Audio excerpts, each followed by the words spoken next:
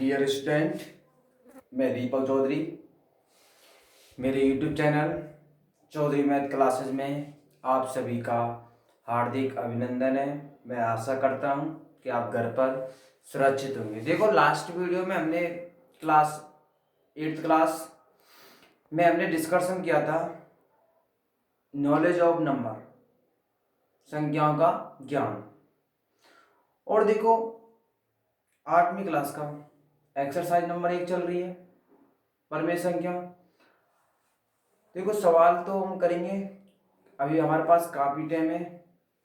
तो देखो, ये जो है गुणधर्म होते हैं, इसमें क्या गुणधर्म, क्या क्या गुणधर्म है, उनको हम सभी को पढ़ेंगे। देखो, आप किताब में 3 गुणधर्म दिए हुए हैं, समृद्ध गुणधर्म, केंद्र गुणधर्म और साहचर्य गुणधर्म। तो एक एक गुणधर्म को हम पढ़ेंगे।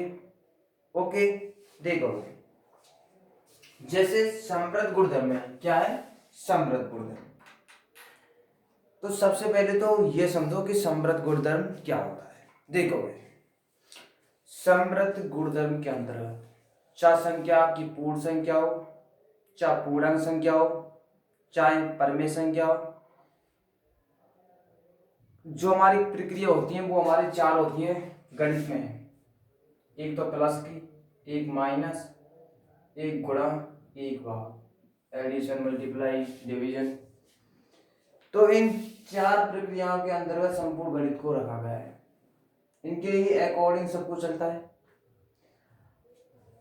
तो देखो, इन चारों प्रक्रिया के अंतर्गत समृद्ध गुणधर्म के अंदर क्या होता है, चाहे जोड़ करो, चाहे घटा करो, चाहे भाग करो, चाहे गुणा करो। पूर्ण संख्या की बात की जाए तो पूर्ण संख्या आनी चाहिए, पूर्णांक संख्या की बात की जाए पूर्णांक संख्या आनी चाहिए, और परमेय संख्या की बात की जाए परमेय संख्या आनी चाहिए। यदि और कोई संख्या आ रही है इन संक्रियाओं के तहत 4, तो वो उसके लिए समृद्ध गुणधर्म में नहीं है। तो देखो, बहुत ही सरल है, इजी है। तो हमारा फर्स्ट पॉइंट है समृद्ध गुणधर्म, मैंने बता दिया आपको। तो अब हम बात कर रहे हैं पूर्ण संख्या के लिए समृद्ध गुणधर्म की बात कर रहे हैं।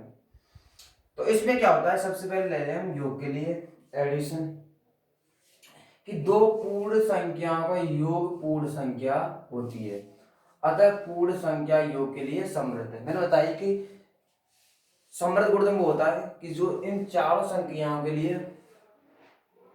पूर्ण संख्या की बात की जाए तो पूर्ण संख्या आनी चाहिए। तो तुम इस संसार में, संपूर्ण संसार में कोई भी पूर्ण संख्या ले लो और उनका योग करेंगे तो पूर्ण संख्या ही आती है। ये आप सभी जानते हैं। जैसे देखो, 2 और 3 5 पूर्ण संख्या कितने हैं, 5 5 पूर्ण संख्या, 4 और 6 कितने हैं, 10 संख्या।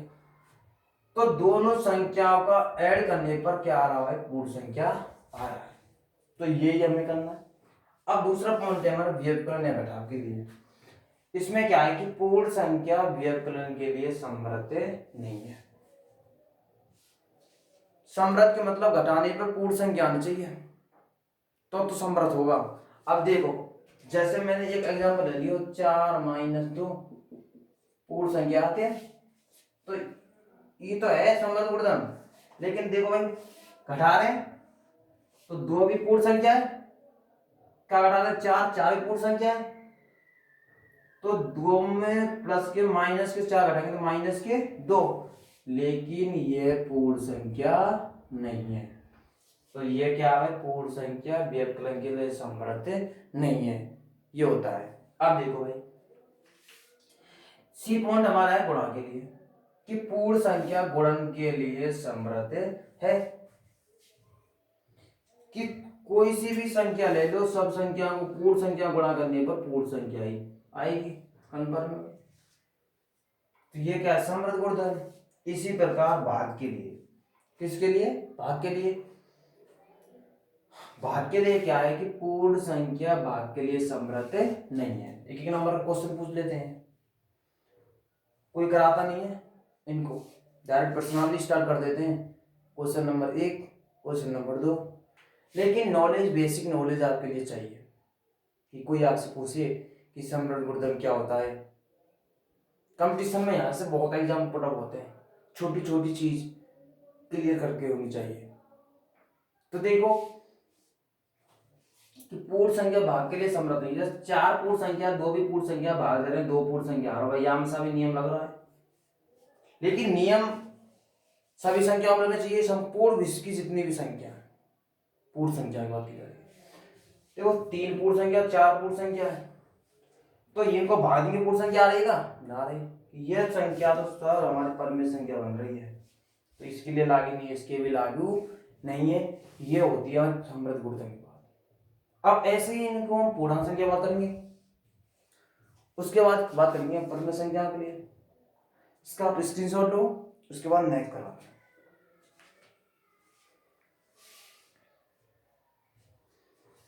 देखो भाई, अब हमारा सिर्फ आपको कुछ भी नहीं करना है, जैसे जहां जहां पूर्ण संख्या है उनको आप मिटा दो, क्योंकि अब हम बात कर रहे हैं पूर्णांक संख्या। किसकी बात कर रहे हैं? पूर्णांक संख्या की।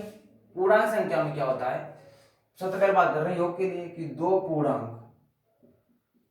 पूर्णांक संख्या कल मैंने आपको लिखा दी, प्लस की भी होती है, माइनस की भी होती है, जीरो की भी होती है, इसलिए मैं कल उनको नॉलेज ऑफ नंबर बताया था कि दो पूर्णांक संख्या का योग हमेशा क्या आता है भाई?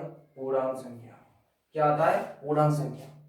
छोटे छोटे क्वेश्चन बनते हैं, अतः पूर्णांक संख्या आ रहा है तो अतः पूर्णांक संख्या योग के लिए समर्थ है। जैसे समझो 2 + 3 = 5, 4 + 6 = 10, दो पूर्ण संख्या, पूर्णांक संख्या है। और देखो 4 + -6 जोड़ेंगे तो 4 - 6 - 2, और -2 भी कैसी संख्या भाई? पूर्णांक संख्या। तो कह सकते हैं कि योग पूर्णांक संख्या के लिए क्या है? समर्थ है। अब देखो हम बात करते हैं घटाव के लिए। घटाव के लिए हम क्या करते हैं? पूर्ण की जगह क्या कर देंगे भाई? पूर्णांक संख्या। पहले यहां पे समझो, एग्जाम्पल को नया ले लेते हैं। देखो एग्जाम्पल क्या है, घटा रहे हैं कि 4 में से घटा रहे हैं हम 8, तो -4, चारों पूर्णांक संख्या है, 8 पूर्णांक संख्या है, घटाते तो -4 भी कैसी संख्या है? पूर्णांक संख्या। तो क्या करेंगे कि पूर्णांक, जैसे कोई और देखो भाई 6 - 10 -4, 4 - 2 2, सभी ये क्या हो रहा है? पूर्णांक संख्या आ रही है। पूर्णांक संख्या में माइनस की भी आती है, प्लस की भी, तो पूर्णांक संख्या व्यवकलन के लिए क्या भाई? समर्थ है। अब बात करते हैं गुणा के लिए। किसके लिए? गुणा के लिए। अब क्या होता है? पूर्ण संख्या गुणन के लिए समर्थ है। हमको बात कर रहे हैं पूर्णांक संख्या, तो पूर्णांक संख्या गुणन के लिए समर्थ है, क्योंकि देखो ये तो है ही है, और दांत देखो 4 × -3 माइनस के बाहर है, -3 × -4 माइनस माइनस का प्लस, तो प्लस के बाहर है। कि कोई सी भी दो पूर्णांक संख्या का गुणा करेंगे हमेशा पूर्णांक संख्या प्राप्त होगी, तो ये क्या है? ये छोटे छोटे पॉइंट हैं। अब बात करते हैं भाग के लिए। पूर्ण संख्या हम बात कर रहे हैं पूर्णांक संख्या की। पूर्णांक संख्या भाग के लिए समर्थ नहीं है। क्यों? एग्जाम्पल देखते हैं क्यों नहीं है। जैसे देखो कि बात कर रहे हैं एग्जाम्पल, जैसे 4/4 पूर्णांक संख्या है, -3 पूर्णांक संख्या है, इसमें इसका भाग जा रहा है क्या? नहीं। तो इन दोनों को भाग देने में पूर्णांक संख्या आ रही है क्या? नहीं। तो ये जैसे और देखो 6/3, इसका भाग देंगे 2 बार जा रहा है, ये तो है लेकिन ये नहीं है। और देखो भाई 8/7, ये भी नहीं है। तो पूर्णांक संख्या भाग के लिए समर्थ नहीं है। इसका स्क्रीनशॉट ले लो।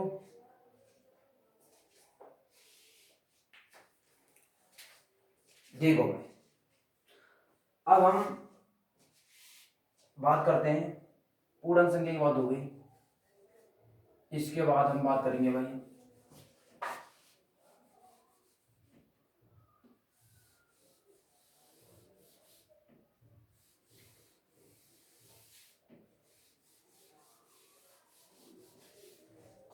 अब देखो हमारा टॉपिक है भाई परमेय संख्या।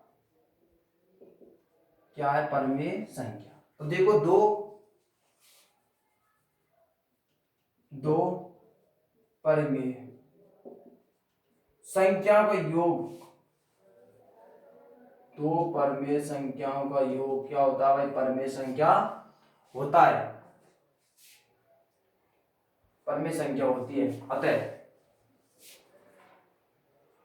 क्योंकि हम बात कर रहे हैं परमेय संख्या की, तो परमेय संख्या योग के लिए समर्थ है। एग्जाम्पल देखो, जैसे 1/2 क्या है? परमेय संख्या। प्लस 4/3 भी क्या है? परमेय संख्या। तो दो परमेय संख्या का योग परमेय संख्या आना चाहिए। तो देखो भाई 2 और 3 का लासा कितना है? 6। तो 2 का भाग 6 में कितनी बार गया? 3। तो 3 एकम 2 का भाग 6 में गया 3 बार, तो 3 एकम 3 प्लस 3 का भाग 6 में कितनी बार गया? 2 बार, 2 चौका 8, 8 और 3 कितने? 11/6। तो 11/6 क्या भाई? परमेय संख्या है, अंश बटा के रूप में तो हो रही है। कल हमने बताया था परमेय संख्या के बारे में। आप डेली मेरी वीडियो को देखो और अधिक से अधिक संख्या में लाइक करो, शेयर करो और सब्सक्राइब करो। किसी दिन अपनी क्लास को मिस मत करो, क्योंकि आपने एक दिन क्लास को मिस कर दिया तो मैं जो जिस दिन पढ़ा रहा हूँ वो क्लास आपकी समझ में नहीं है। अब देखो, अब बात आती है व्यवकलन के लिए कि दो पूर्णांक संख्या की जगह हम करते हैं दो परमेय संख्या। दो परमेय संख्या व्यवकलन के लिए समर्थ नहीं है। दो परमेय संख्या व्यवकलन के लिए समर्थ है या नहीं, इसके लिए हम बात करते हैं।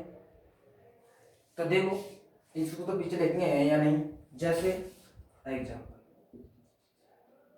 3/4 एक परमेय संख्या है, माइनस 6/3 एक परमेय संख्या है। अब इनको घटा रहे हैं, तो घटाते कैसे हैं? 4 और 3 का लासा कितना आ गया? 12। 4 का भाग 12, 3 और 3 दिया 9, 4 बार 4 छिंगी 24, 3 का भाग 4 बार 4 छिंगी 24, घटाने में कितना आ रहा है? प्लस के 9 माइनस के 24 से कितने बचे? माइनस के 15/12। और ये क्या है? परमेय संख्या है। देखो घटाते कैसे हैं कि ये 9 तो प्लस का है, माइनस का कितना? 24। तो घटाते हैं 24 में से 9 घटाएंगे कितने बचे? 15। लेकिन ज्यादा किसके हैं? माइनस के, तो चिन्ह किसका आ जाएगा? माइनस का। तो हम क्या कह देंगे कि घटाने पर कैसी संख्या आ रही? परमेय संख्या। तो ये क्या भाई? समर्थ है। और बात करते हैं गुणन के गुणा के लिए। तो परमेय संख्या, जो परमेय संख्या है वो गुणन के लिए समर्थ है। कैसे? एग्जाम्पल जैसे 3/9 को गुणा कर रहे हैं 4/2 से। तो देखो 3/9 परमेय संख्या, ये दूसरी परमेय संख्या गुणा करें। गुणा कैसे करते हैं? अंश का अंश से, हर का हर से गुणा करते हैं। तो 3 चौका 12 और 9 दूना 18। तो ये 12/18 हमारी कैसी संख्या? परमेय संख्या की अंश बटे हर के रूप में व्यक्त हो रही है। तो ये क्या है? समर्थ। इसी प्रकार भाग के लिए, अब भाग चल रही है परमेय संख्या, इसको पीछे करते हैं या नहीं? देखो इसको आप ध्यान से समझना भाग के लिए। जैसे 1/2 में भाग दे रहा हूं मैं 4/3 का।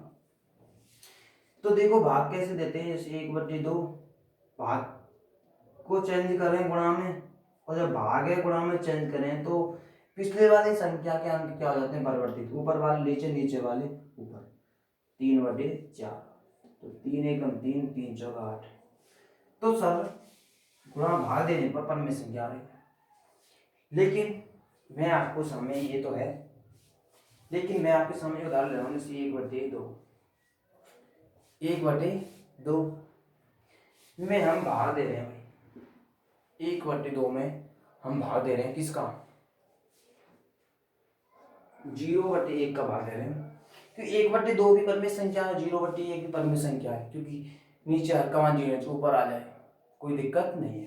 तो देखो 1/2 भाग चिन्ह के गुणा में 1 का कौन जाएगा ऊपर, नीचे का 0, तो अंश से गुणा करेंगे 1/0, और मैंने कहा कि कोई संख्या में 0 का भाग देते हैं, तो यहाँ पे मोस्ट चीज लिख लो कि संख्या में कोई भी संख्या हम 0 का भाग देते हैं तो आता है भाई अनंत, और 0 में कोई भी संख्या का भाग देते हैं तो हमारा क्या आता है भाई 0। किसी भी संख्या में 0 का भाग देते हैं तो आंसर आता है अनंत, और 0 में संख्या का भाग देते हैं तो आंसर क्या आता है 0। तो अब मैंने कहा कि परमेय संख्या में हर में 0 नहीं आना चाहिए, तो यहाँ में तो क्या आ रहा है 0, तो ये परमेय संख्या नहीं है। तो इसमें क्या करेंगे कि ये समृद्ध गुणधर्म में नहीं है। मैं आशा करता हूं कि आपकी समझ में आ गया होगा, तो इसका स्क्रीनशॉट ले लो, उसके बाद नेक्स्ट कराते हैं।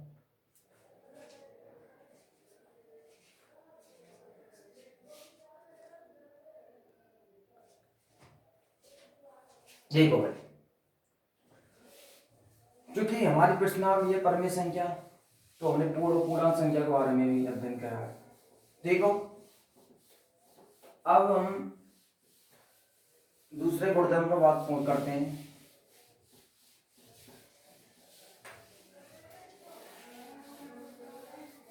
देखो कि हमारा दूसरा गुणधर्म क्या है, दूसरा गुणधर्म हमारा है क्रम भिन्न, क्रम भिन्न गुणधर्म। तो देखो क्रम भिन्न में गुणधर्म है, देखो भाई मैं क्या करूंगा, क्योंकि जो हमारी प्रश्नावली है वो डिपेंड है परमेय संख्याओं पर, तो समृद्ध गुणधर्म में तो मैंने सभी करा दी, इसमें मैं सिर्फ कराऊंगा परमेय संख्या, लेकिन पूर्णांक संख्या को आपको एक टेबल बना के दे दूंगा, ठीक है। छोटे प्रश्नों को उसको आप देख लेना। तो देखो बात करते हैं हम क्रम भिन्न में गुणधर्म की, और हम बात करते हैं भाई परमेय संख्याओं में योग के लिए, किसके लिए भाई, योग के लिए, परमेय संख्याओं में योग के लिए बात करते हैं। तो देखो क्रम भिन्न में आपको क्या करता है कि a + b = p + a, कि कहने का तात्पर्य क्या है, यहाँ a भी एक परमेय संख्या है, b भी एक परमेय संख्या है, कि परमेय संख्या को किसी भी क्रम में जोड़ने पर a + b और b + a किसी भी क्रम में जोड़ने पर मान कैसा आना चाहिए भाई, समान। तो वो योग के लिए क्या है, समृद्ध है। तो वो योग के लिए क्या है, समृद्ध है। तो देखो इसको हम एक उदाहरण के माध्यम से समझते हैं। जैसे एक परमेय संख्या हमारी 1/2, मान के चलो a का मान दिया हुआ 1/2 और b का मान दिया हुआ 3/2, चलो 3/4 मान लो, कुछ भी मान लो। अब हम क्या करते हैं, a + b निकालते हैं। क्या निकालते हैं, a + b, 1/2 + 3/4 करेंगे तो 4 के आगे इनका लासा, तो 2 को भाग देंगे 4 में 2 बार, 2 गुणा कई करेंगे 1 के, तो 2 प्लस 4 भाग 4 में 1 बार 3, तो 5/4। a + b का मान आ गया 5/4। अब हम क्या करते हैं भाई, b + a का मान निकालते हैं। किसका मान निकालते हैं, b + a का। और b + a का मान कैसे निकालते हैं कि 3/4 में प्लस 1/2, क्या 1/2। अब इनका लासा कितना है, 4, 4 में 4 गया और 1 बार, तो 3 + 2, तो मान कितना आ रहा है भाई 5/4। और दोनों मान भाई कैसे आ रहे हैं, इक्वल, मतलब समान। तो ये कंडीशन अप्लाई हो रही है सर। कोई भी परमेय संख्या हो उनका योग करने पर ये इस परमिशन हमारी क्या होती है, अप्लाई। तो हम यहाँ पे क्या कह देंगे भाई कि 2 परिमेय संख्या।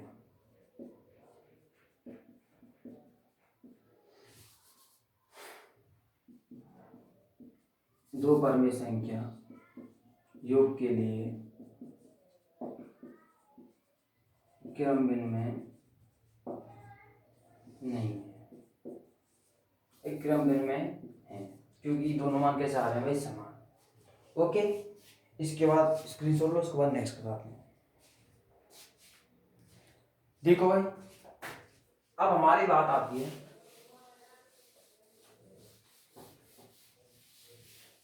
देखो अब बात आती है हमारी बी। दूसरा पॉइंट हमारा क्या भाई, बात चल रही है परिमेय संख्या की, तो परिमेय संख्या के घटाव के लिए, परिमेय संख्या के घटाव के लिए बात कर रहे हैं। तो देखो इसमें हम क्या करते हैं भाई कि जो a माइनस बी को मान है ना, वो b माइनस ए के मान के बराबर नहीं आता है। इसमें ये कंडीशन अगर होती है कि a माइनस बी का मान, ये मान होता है बराबर का, यदि इस पर तीव्र संख्या हो तो बराबर नहीं होती, तो a माइनस बी बराबर नहीं होती b माइनस ए के। जब ये कंडीशन होती है a माइनस बी का मान बराबर नहीं होता है b माइनस ए का, तो वो परिमेय संख्या के घटाव के लिए व्यवकलन नहीं होती, क्रम विनिमय का पालन वो नहीं करती। जैसे देखो a बराबर 1/2, b बराबर ले लिया हमने 3/3, 3/3 हमने ले लिया, चलो 3/1, 3/4, तो ये हमने ले लिया भाई, चलो 2/3। अब हम घटाव निकाल रहे हैं, पहले a माइनस बी निकाल रहे हैं, पहली संख्या दूसरी संख्या घटा रहे हैं, 2/3 में से घटा रहे हैं 3/4, तो घटाएंगे तो 4 को 3 का लासा कितना है 12, 3 के बाद 4 बार गए, 4 दूना 8, माइनस 4 12 भाग 3 बार 3 3 9, तो ये आ रही माइनस की 1/12। अब क्या करेंगे, पीछे से घटाएंगे, दूसरी संख्या में पहली संख्या घटाएंगे, यदि ये दोनों मान समान आ जाए तो क्रम विनिमय है, यदि असमान आ रहा है तो क्रम विनिमय नहीं है। तो देखो भाई 3/4 में क्या घटाते हैं 2/3, लास्ट या 12 आ गया, तो 3 3 9, 3 भाग गए 12 में 4 बार 4 दूना 8, तो 1/12। देखो यहाँ पे ये माइनस का आ रहा है प्लस का आ रहा है, तो दोनों मान समान है क्या, समान नहीं है। तो देखो ये कंडीशन अप्लाई हो रही है, तो क्या करेंगे कि ये घटाव के लिए क्या नहीं है, क्रम विनिमय नहीं है। तो यहाँ पे लिख देंगे कि परिमेय संख्या घटाव के लिए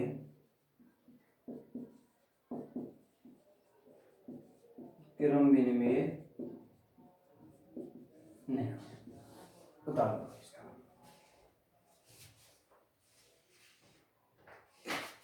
अरे मास्टर, अरे ये किया